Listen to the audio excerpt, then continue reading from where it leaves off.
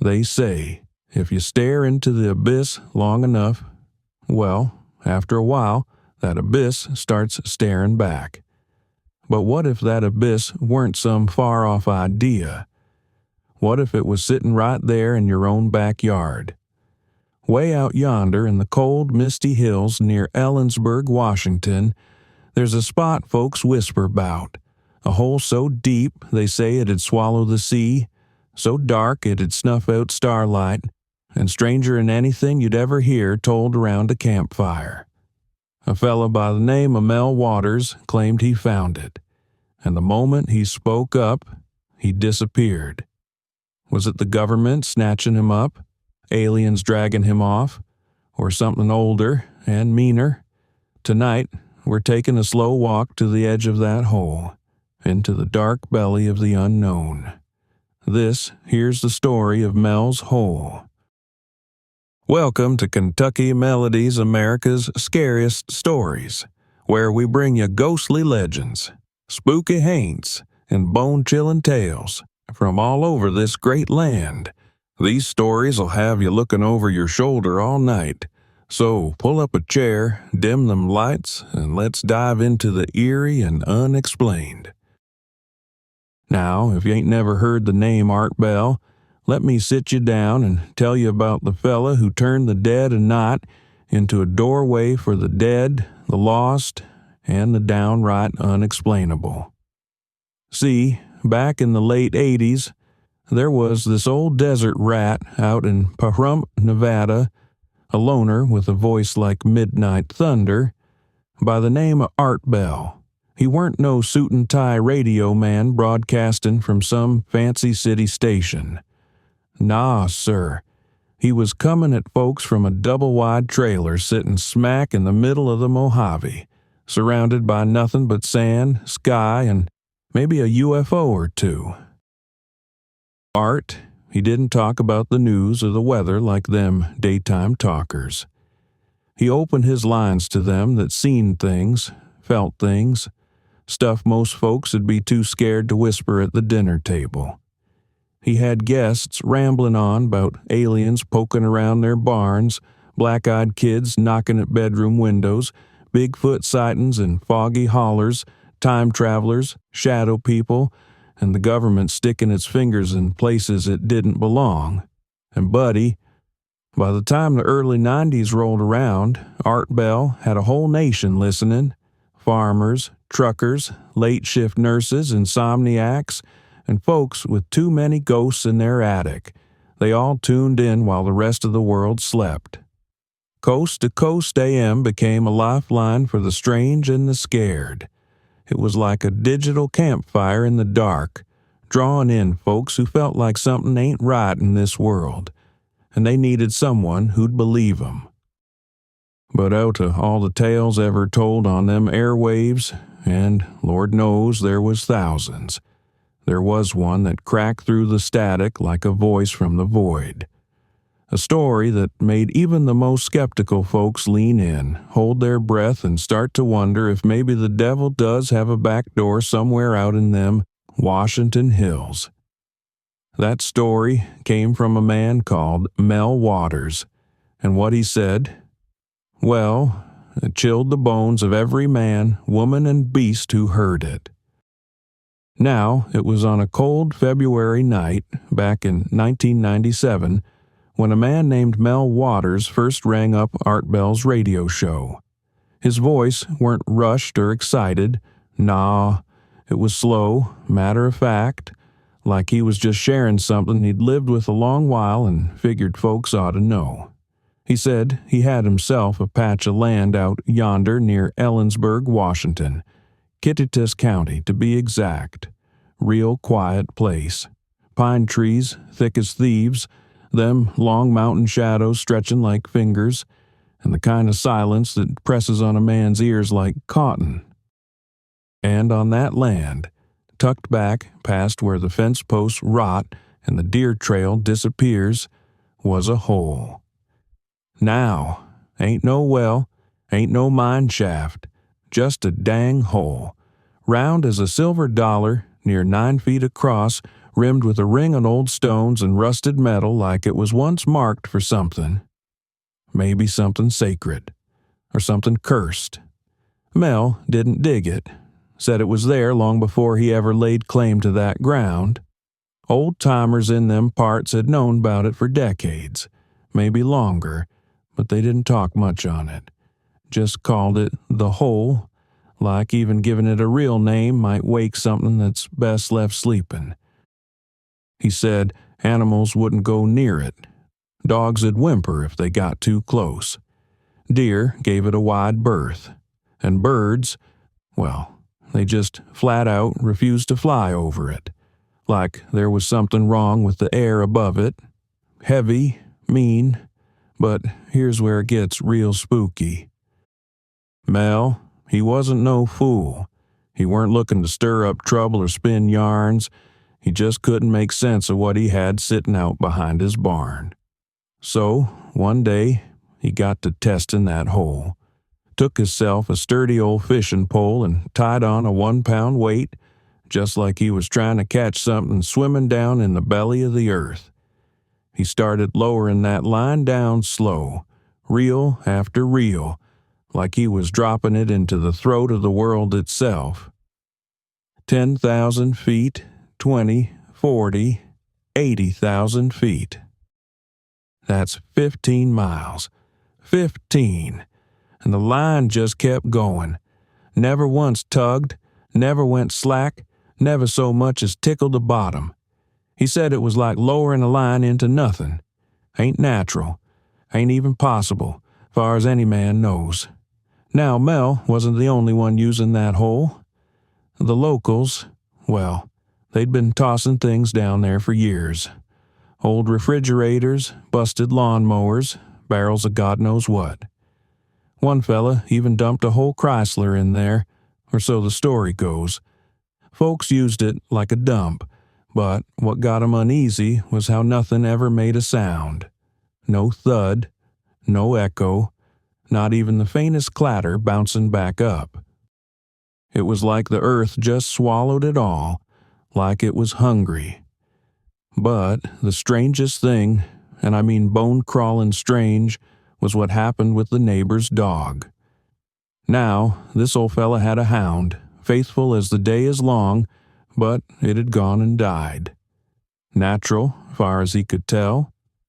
Instead of burying it, he figured he'd send it off down the hole.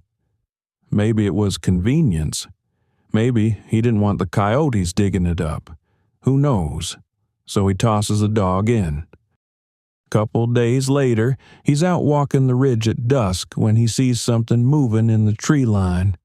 At first, he don't think nothing of it. Just a shadow, maybe a fox. But then it steps into the light. It's his dog. Same coloring, same limp in the back leg, same little nick on the ear where it had tangled with a raccoon the summer before. But that dog, it looked at him different. Like it knew him, but didn't want to know him, like it had come back wrong. It turned and padded off into the woods, tail low, ears back, and it never came near the house again. That was the moment Mel said he knew. This weren't no ordinary hole, weren't just deep or weird. There was something down there, something alive, something ancient, and maybe something evil.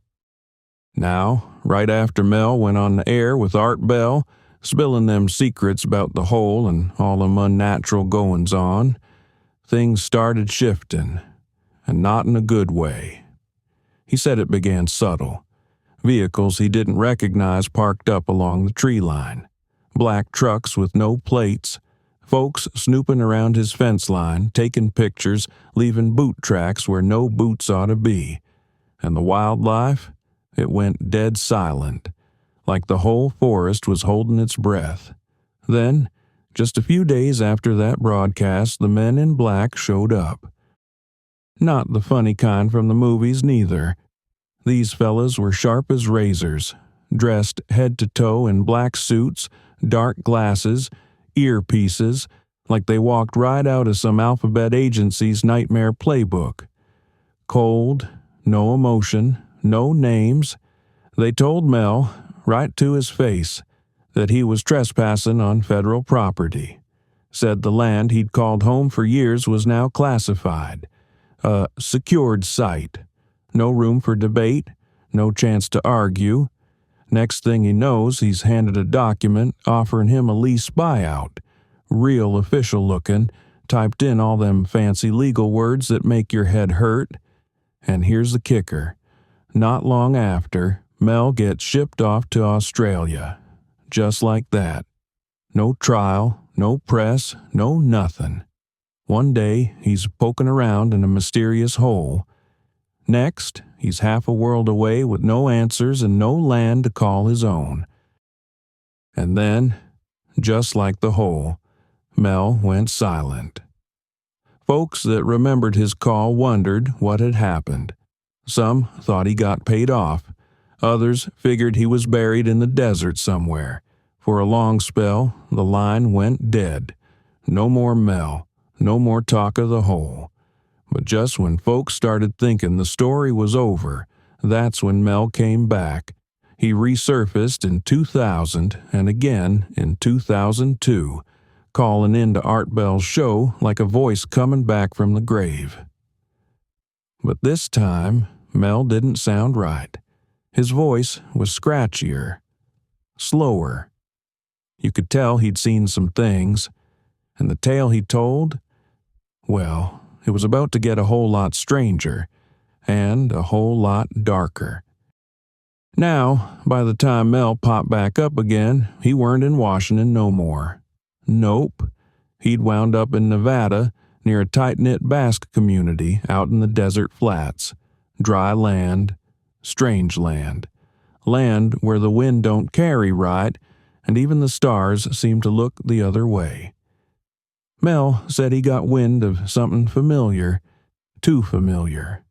The locals whispered about a spot they didn't go near, a place even the wild dogs avoided. Sounded like the same kind of thing he'd found back on his own property. Sure enough, nestled out there past the scrub and sun-cracked earth was another hole, but this one was different. It didn't just sit there like a mouth waiting to be fed. No, sir. This one was active.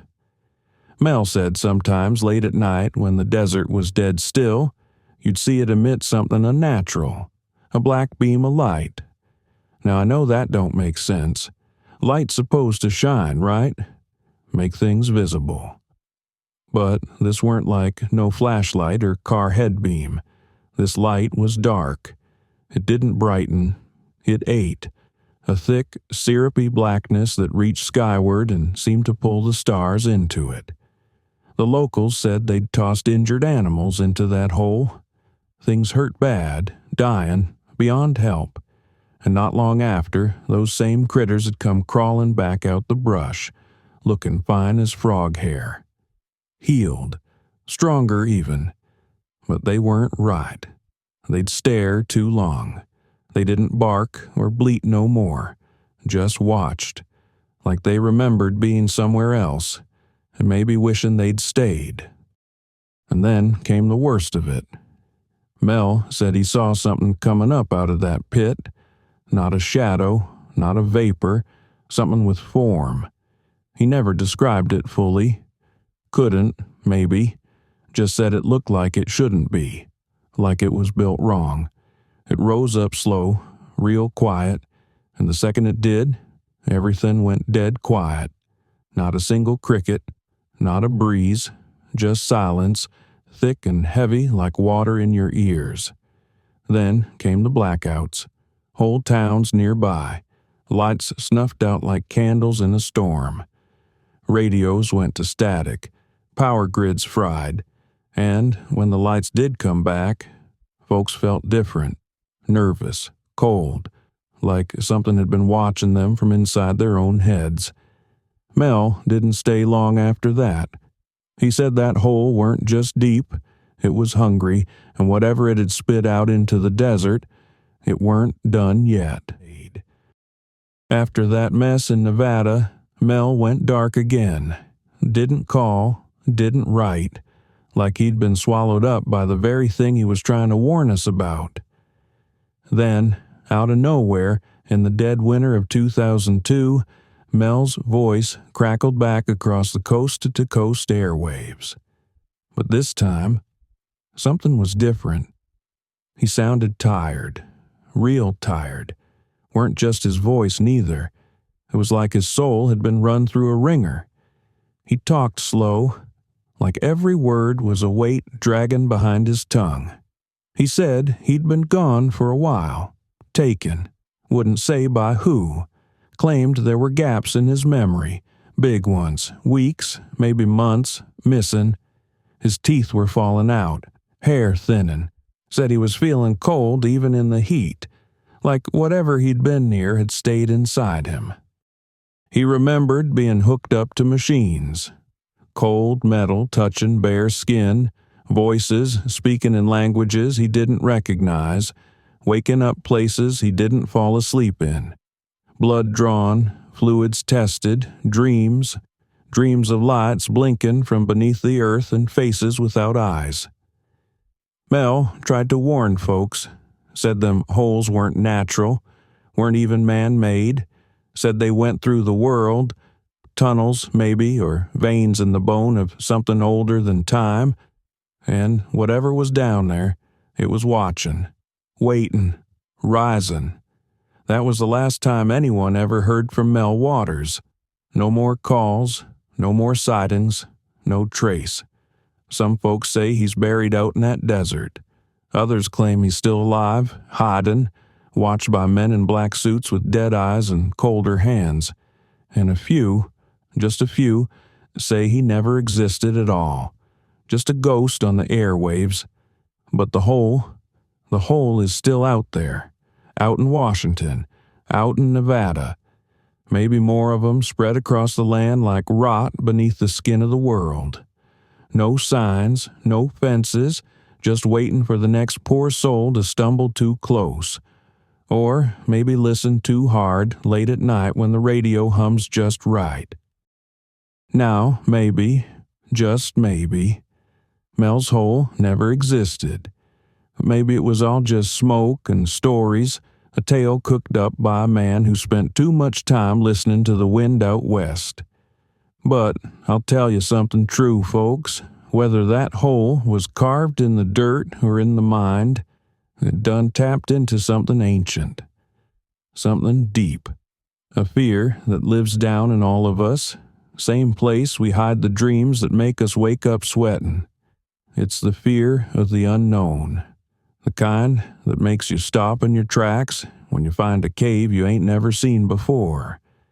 Makes the hair on your neck prickle when you peer into a well and can't see nothing but pitch. Makes you whisper instead of speak, like maybe something's listening from down below. Mel's hole don't gotta be on a map to be real, 'cause stories like that, they plant seeds, and once they take root in your head, you start seeing holes everywhere. You ever stood at the edge of something dark and felt it staring back? Yeah. Maybe the story's real because we believe it. Or maybe, just maybe, it was never a hole at all. Maybe it was a doorway. So come back to watch the next one with us here at Kentucky Melody if you dare, and just remember, that hole's still out there, waiting, watching, so don't go poking too deep where the dark runs thick. I'll see y'all in the next one, if something don't drag me down first.